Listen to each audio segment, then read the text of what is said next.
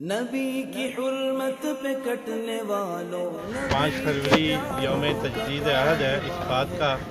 کہ کشمیری عوام کے ساتھ پاکستانی عوام کے دل دھڑکے ہیں۔ کشمیر پاکستان کی شاہ راگ ہے اور پاکستانی عوام اور کشمیری عوام باہم مضبوط رشتے سے بندھے ہیں، جس رشتے کا نام لا الہ الا اللہ ہے۔ ہر پاکستانی یہ نعرہ لگاتا ہے کہ کشمیریوں سے رشتہ کیا، لا الہ الا اللہ، اور انشاءاللہ یہ منزل ہمارے قریب ہے اور راستے میں آنے والی رکاوٹوں سے، مصیبتوں سے اور جن آزمائشوں سے کشمیری عوام گزر رہے ہیں، اس سب کے باوجود وہ ہمت نہیں آ رہے اور تحریک آزادی کشمیر چوتھی اور 5ویں نسل میں داخل ہو چکی ہے، اور جو بھی مسلمان ہے وہ انبیاء علیہ السلام کی سیرت سے بخوبی آگاہ ہے اور انہیں پتہ ہے کہ ہر طرح کے حالات کے باوجود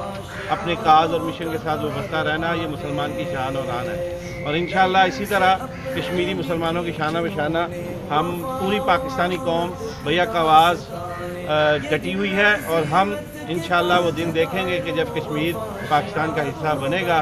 اور ہندو کے جبر استبداد سے یہ کشمیر جنت نظیر جو ہے وہ آزاد ہوگا۔ باقی اس سلسلہ میں جو مختلف آپشنز کی بات کی جاتی ہے اور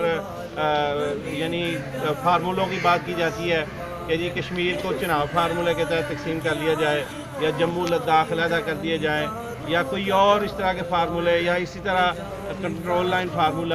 ہم ہر طرح کے فارمولوں کو مسترد کرتے ہیں اور اس بات کا مطالبہ کرتے ہیں کہ 1947 کی یا 48 کی جو اقوام متحدہ کی قراردادوں کے مطابق کشمیری عوام کو استصواب رائے کا حق دیا جائے، ان کو حق خود ارادیت دیا جائے اور وہ اپنے مستقبل کا فیصلہ خود کریں۔ ہمیں یا کسی اور کو ان کے مستقبل کے فیصلے کا اختیار نہیں ہے۔ ہمارا صرف یہ مطالبہ ہے پاکستانی قوم کا اور پورے کشمیریوں کا،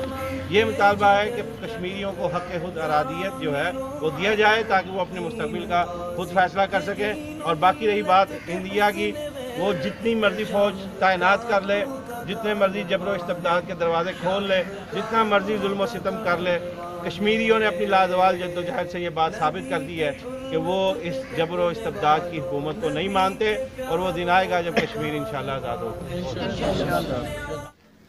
ایسی اور ویڈیوز دیکھنے کے لیے ہمارے YouTube چینل کو سبسکرائب کریں۔ بہت شکریہ۔